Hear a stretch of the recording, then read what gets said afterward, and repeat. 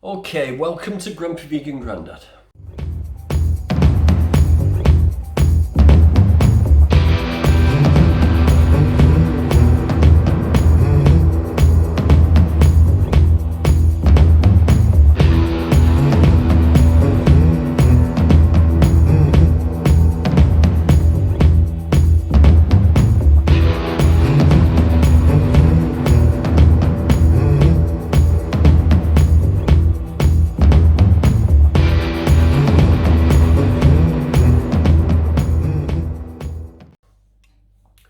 So a few things. My chili plant is giving my chilies. Look, it's not giving me any chilies for last year, but it's giving me some now. So don't rub your eyes, Dan.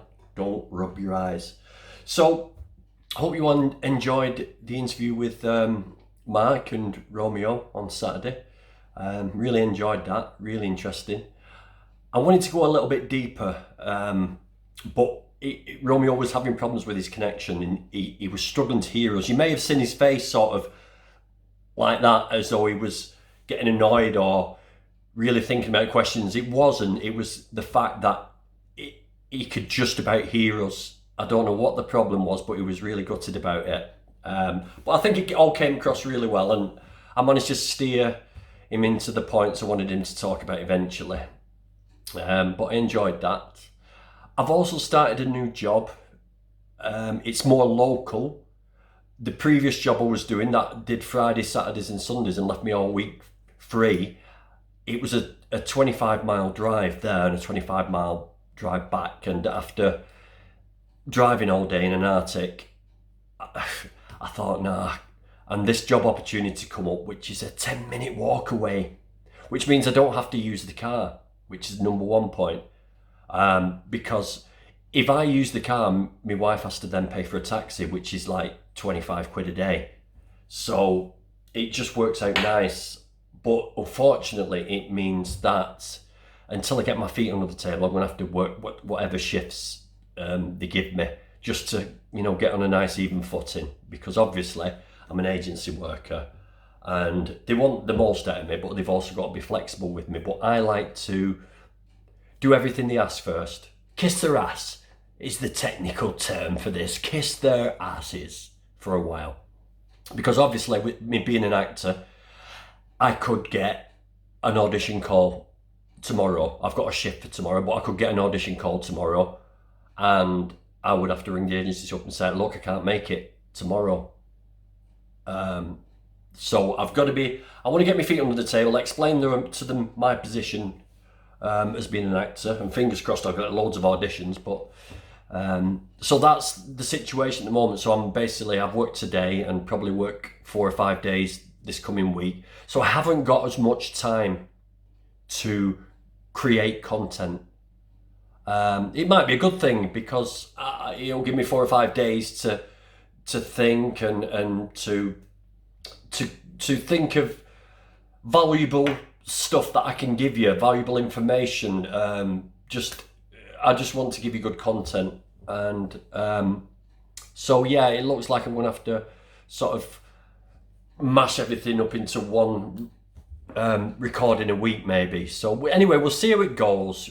This channel isn't for money. This channel isn't for a business. I'm not here to make anything. I'm simply here to put my thoughts on camera, put information out on camera, give you guys information that I think will be valuable in your journey to either convert to veganism or now you're vegan, where to go from there, how to sort of advocate veganism. So that's my goal, not to make money. So I'm not too worried about upload consistency.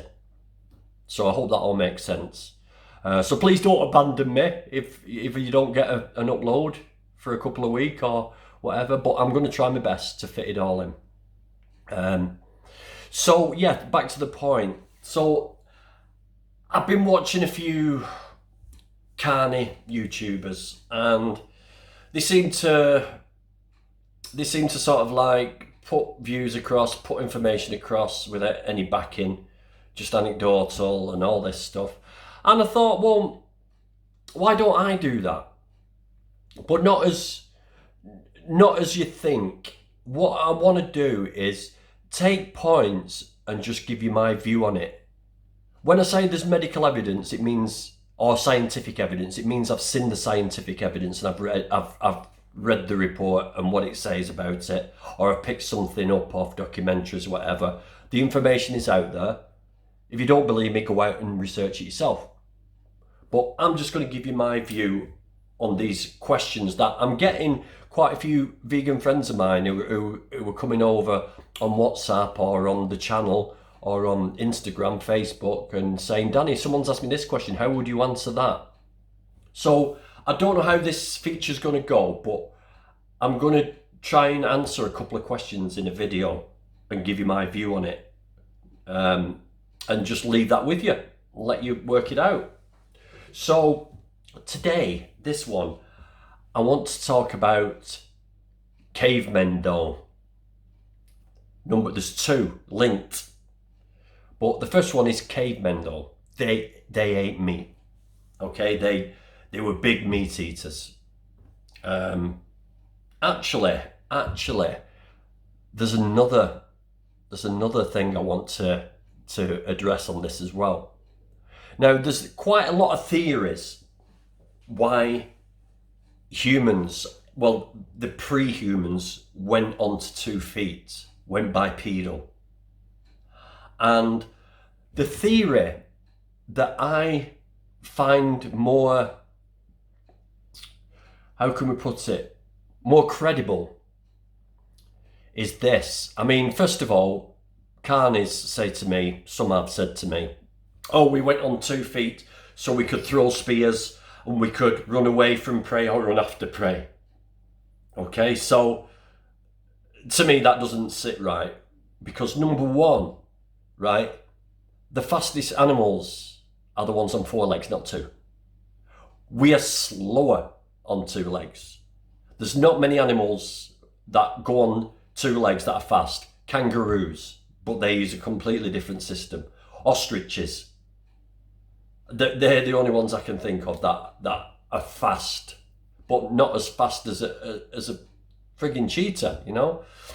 So my theory is this, and this is what I've read and seen on certain documentaries and online, is that when the jungles and the forest areas started opening up to savannas, yeah, we were ape-like creatures, and we had to go out foraging and picking and getting berries and all the other stuff that we eat.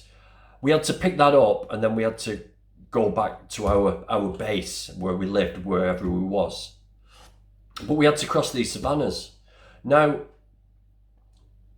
to carry, if you watch chimpanzee carry stuff, they will carry a certain amount of fruit, nuts or whatever in one arm, and then they walk on 3. They walk on the 2 legs and 1 arm.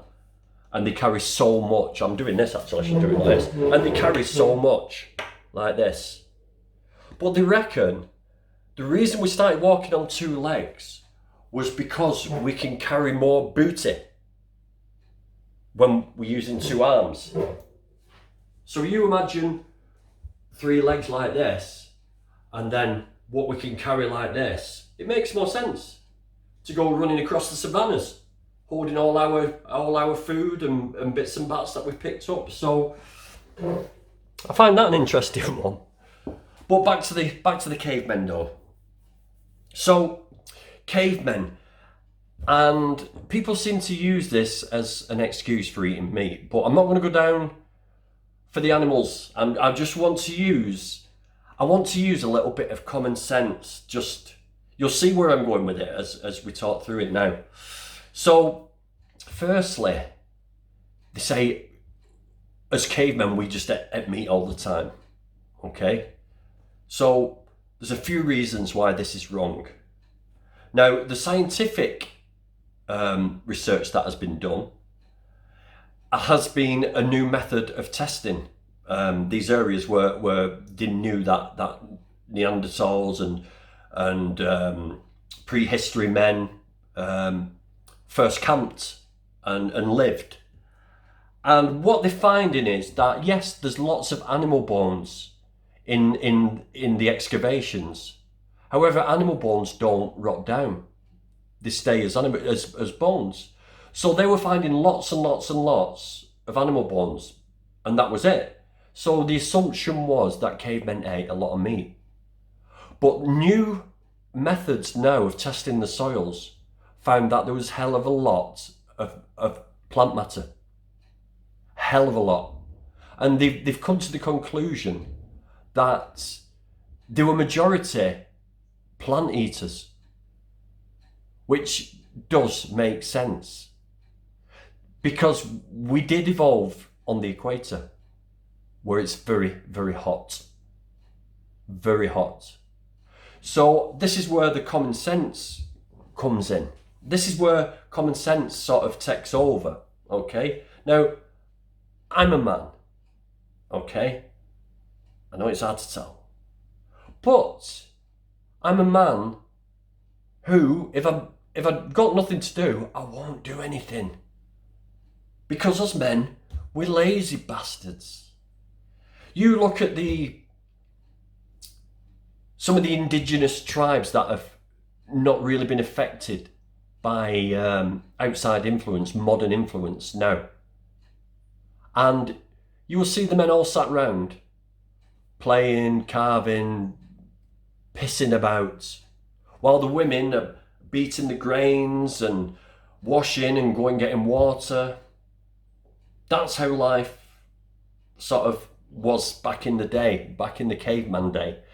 And the common sense thing is, you're telling me that you've got your caveman and he's sat under his tree in the shade and he's just nice and relaxed, and his missus comes up and she's like, Fred Flintstone, Fred, we want some meat. Go get some meat. You telling me that Fred would want to go out into the sunshine, out into the jungle, going on a trek for weeks or days, creeping through jungles and swamps and forests in the heat to go and hunt an animal? And he might not even be successful. He might come back empty-handed. And you're telling me that these people would go to all that effort to go and catch an animal? Because the system for hunting was they shoot arrows and they hurt the animal, they injure the animal, they very rarely killed them, and they chased them down. They followed them until they collapsed, basically. And it showed this on TV, some of the old tribes, and it showed them chasing them down, and it showed how we became long distance runners, because that's the way we used to hunt, is either trap animals using the whole village if the animals were in the area, or they would go and singly shoot an animal and then follow it until it dropped. Yeah, and then they've got to carve off caribou chunks, depending on the animal, and then cart it all the way home. So my point is, if there was apples growing on trees and bananas growing on trees and certain mazes and grasses growing out of the ground and tubers underground that they learn to go and forage for, and mushrooms and nuts, you're telling me that they would be asked, especially man, would be asked to go on one of those treks and chase down a fucking animal? I don't think so. I really don't think so. So that's basically it. That the caveman thing just doesn't stand up. I mean, whether the science is correct, it's all hearsay, but you see what I mean though, with common sense? Would you really go to all that fucking effort for a bit of meat when everything's growing around you? When things got desperate maybe, or something, an opportunist where something come past, you know? So the caveman thing doesn't really stack up at all. So cavemen though, no. And even if it was an argument, we don't need to do it now. We're not in a survival situation now. We don't need to hunt. We don't need to kill for meat. We don't need meat. So, yeah, that's the sensible answer. But do you see what I mean? It's like... So my second point is somebody spoke to me about was, well, when we sort of learned to cook with fire and we started hunting and eating meat, our brains grew bigger. So the common sense answer to that is, well, why aren't I being taught nuclear physics by a fucking cat? Because they eat a lot of meat. Why aren't they as intelligent as us then? If it was the meat, I mean, cooking doesn't do anything to it. It doesn't suddenly turn it into a fucking super intelligence drug, does it? It just kills bacteria. That's all it does. So the common sense answer is like, I can't see meat the reason that our brains grew bigger. But there is a factual thing, and you can check this out. I think Mike the Vegan does a good explanation of this. Is that it wasn't the fact that we're cooking and eating meat, although they reckon that meat did contribute towards it, but not as you think, not the ingestion of it. So here's the theory.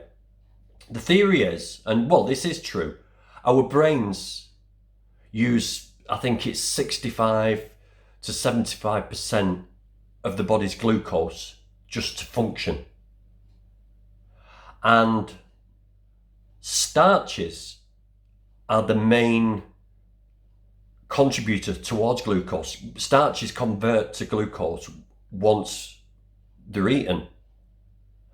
And when we started using fire to cook, when we started cooking, we got access to these starchy vegetables. So therefore, it was the starches in the vegetables that we started cooking, because we had access to them, that started the brain growth, because then the brain had food. But also, it was the fact that we were social animals and we were planning and creating and making tools. We were thinking more. So therefore, the planning of a hunt, the working together, plus the starchy vegetables, seems to be the reason that our brains grew bigger, which makes total sense, because it's common sense. A food just doesn't make your brain grow bigger. It's certainly not made mine grow bigger. Can't get my words out. But it's just common sense when you look at things, and it's like, of course. You know, if it was just eating meat, then lions and tigers and cats and dogs, they'd all be intelligent beings now, wouldn't they? Surely, you know. And they were eating it way before we were, millions of years before we even erupted. You know, so yeah. It wasn't the reason our brains grew bigger. It was the access to starchy vegetables is the reason. So those are my Cavemen Tho sort of answers. I know it's been a bit sketchy because I'm doing it off the bat, because I've just decided to do this now. So if you've got any questions that you want to sort of, for me to have a go at, put them down below. If there's something you couldn't answer, put them down below and I'll look for the answers. But I'm going to be more animal focused on some of the others, because there's quite a few questions that need to be answered that will help you to be a good vegan advocate, a good vegan activist. And we don't necessarily have to be We don't necessarily have to be experts in the field of what we're talking about. We just have to use a bit of common sense, because people understand common sense. And if you explain things right, which I'm sometimes okay at and sometimes I'm a bit shit, but once you go over it a few times and sort of condense it into a nice phrase, it convinces people, and they don't need to go away and then come back with the bullshit studies that say the opposite. If you convince them, then they'll take it. So we could condense the starches one. Is like when someone comes up and says, well, our brains grew bigger because we ate meat. You can just come back straight away with a reply and say, well, look, no, our brains use 65% of the glucose in our bodies to function. When we invented fire, we got access to starchy vegetables, which is brain food. That intertwined with hunting is the reason our brains grew bigger. You've nailed it, you've got it, you know. So we'll leave it there until the next one. I'm going to try and do a next one in a few days. But if you have got any questions that you want me to try and answer in this sort of format, just give me 2 questions and I'll do 2 questions for each one of these videos.